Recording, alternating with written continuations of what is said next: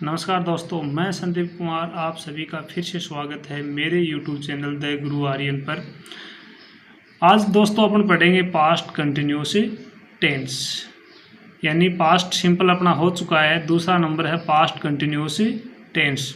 तो दोस्तों शुरुआत करते हैं अपन पास्ट कंटिन्यूस टेंस की। इससे पहले कि हम आगे बढ़े, मैं आपसे रिक्वेस्ट करना चाहता हूं कि अगर आपने अभी तक मेरे चैनल को सब्सक्राइब नहीं किया, मेरे चैनल पर आप नए हैं तो प्लीज़ मेरे चैनल को सब्सक्राइब करें और वीडियो को लाइक ज़रूर करें। तो दोस्तों अपन पढ़ते हैं पास्ट कंटिन्यूस टेंस।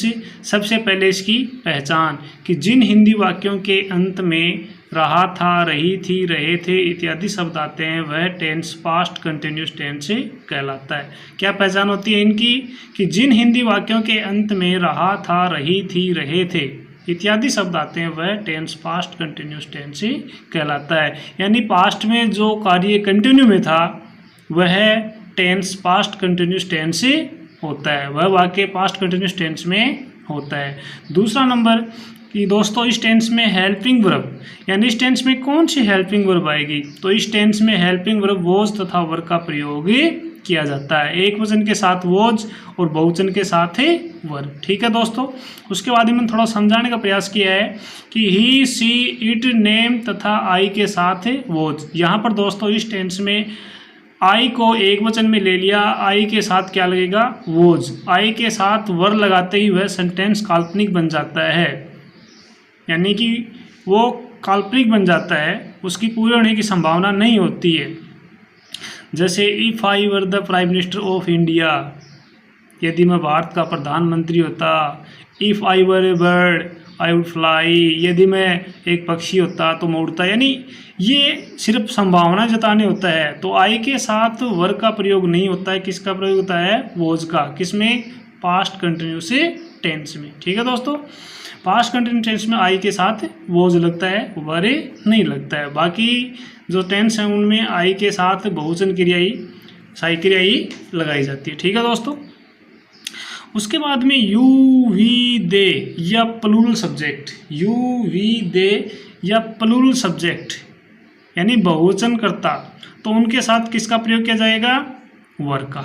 ठीक है दोस्तों, उसके बाद में इस टेंस में वर्ब, यानी इस टेंस में वर्ब की फॉर्म, वर्ब की कौन सी फॉर्म का प्रयोग किया जाता है, तो दोस्तों इस टेंस में वर्ब की फर्स्ट फॉर्म प्लस में क्या लगेगा उसमें आईएनजी, वर्ब की फर्स्ट फॉर्म प्लस में आईएनजी यानी कि प्रेजेंट पार्टिसिपल। यानी वर्ब की फर्स्ट फॉर्म में जब आईएनजी लग जाता है तो प्रेजेंट पार्टिसिपल बन जाता है। ठीक है दोस्तों, प्रेजेंट पार्टिसिपल कहूँ मैं या वर्ब की चौथी फॉर्म।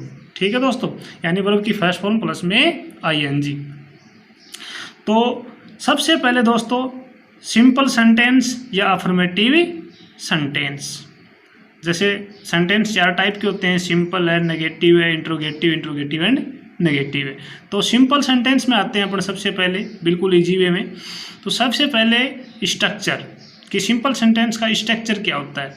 स्ट्रक्चर दोस्तों सबसे पहले सब्जेक्ट, सब्जेक्ट के बाद में हेल्पिंग वर्ब, हेल्पिंग वर्ब के बाद में वर्ब की फर्स्ट फॉर्म, वर्ब की फर्स्ट फॉर्म प्लस में आईएनजी और प्लस से ऑब्जेक्ट। ठीक है दोस्तों, ये हो गया स्ट्रक्चर, यानी सब्जेक्ट फिर हेल्पिंग वर्ब फिर वर्ब की फर्स्ट फॉर्म प्लस में आईएनजी प्लस से ऑब्जेक्ट।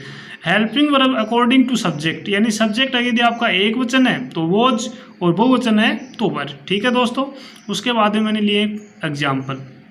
एग्जाम्पल में जैसे सीता भोजन पका रही थी, सीता भोजन पका रही थी, तो सीता जो अपना सब्जेक्ट है वो सिंगुलर है, एक वचन है, तो एक वचन है तो इसके साथ सहायक क्रिया क्या जाएगी वॉज। सबसे पहले सब्जेक्ट, सब्जेक्ट क्या है सीता, सीता। उसके बाद में हेल्पिंग वर्ब वॉज, उसके बाद में वर्ब की फर्स्ट फॉर्म, वर्ब क्या इसमें पकाना, कुक, कुक में क्या लगाना है आईएनजी, कुकिंग।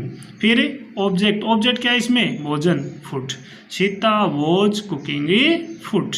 ठीक है दोस्तों, उसके बाद है दूसरा सेंटेंस है मैं स्कूल जा रहा था, मैं स्कूल जा रहा था। तो सबसे पहले सब्जेक्ट, सब्जेक्ट क्या है मैं, आई। अब आई के साथ मैंने आपको बता दिया है कि सहायक क्रिया कौन सी आएगी वॉज, आई वॉज। फिर उसके बाद में वर्ब की फर्स्ट फॉर्म, वर्ब क्या है गो, यानी जाना, गो उसमें क्या लगा दिया आईएनजी, गोइंग।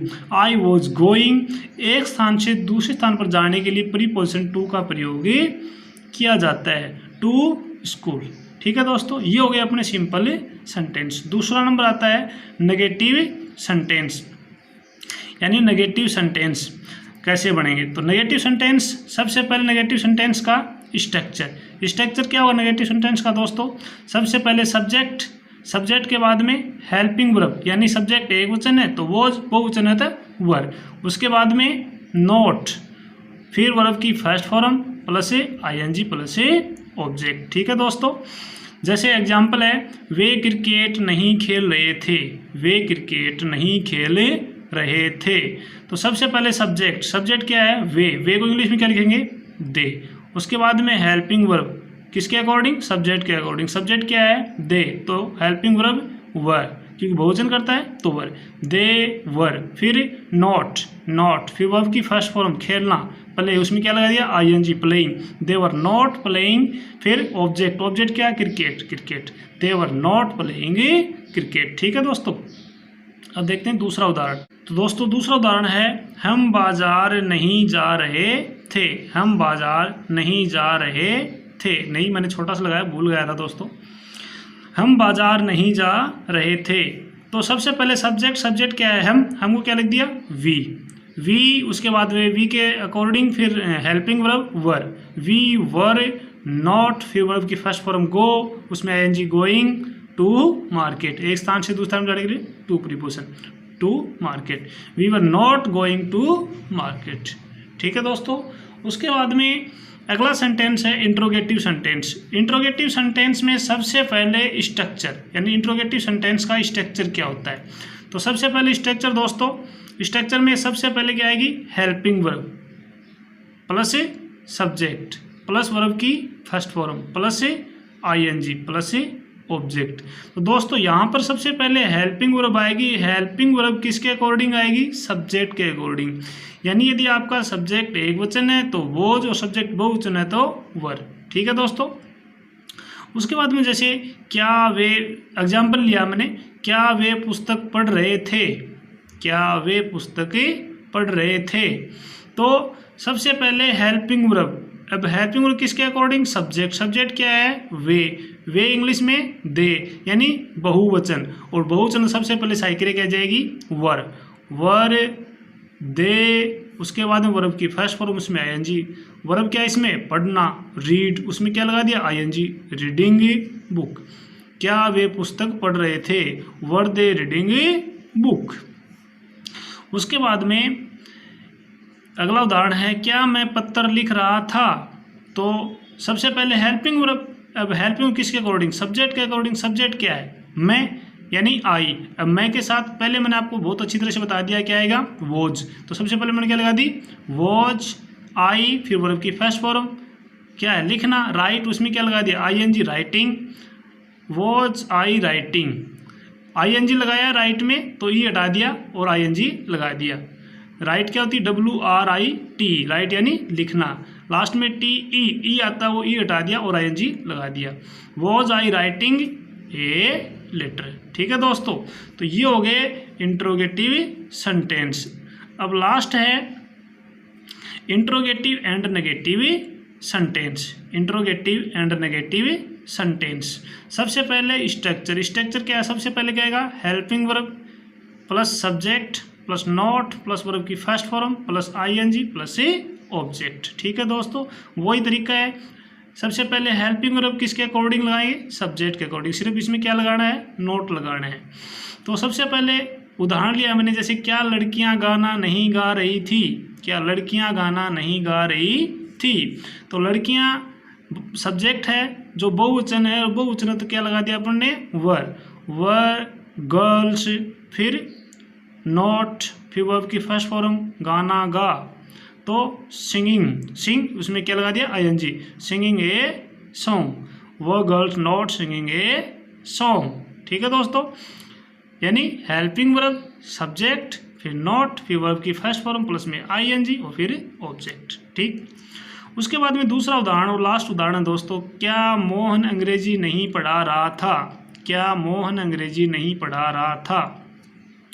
तो सबसे पहले हेल्पिंग वर्ब, हेल्पिंग वर्ब किसके अकॉर्डिंग, सब्जेक्ट, सब्जेक्ट क्या है, मोहन यानी नाम है, तो ये एक वचन, और एक वचन है तो क्या आएगा, वॉज, वॉज, फिर सब्जेक्ट, सब्जेक्ट क्या है, मोहन, मोहन, वॉज, मोहन, फिर नॉट, फिर वर्ब की फर्स्ट फॉर्म पढ़ाना, टीच, उसमें क्या लगा दिया, ING, teaching, was Mohan not teaching, object क्या है, अंग्रेजी यानी English, was Mohan not teaching English. ठीक है दोस्तों, ये हो गया अपना टेंस हो गया पास्ट कंटिन्यूस टेंस। धन्यवाद दोस्तों, नेक्स्ट वीडियो में कोशिश करूंगा सभी टेंसों का एक साथ ही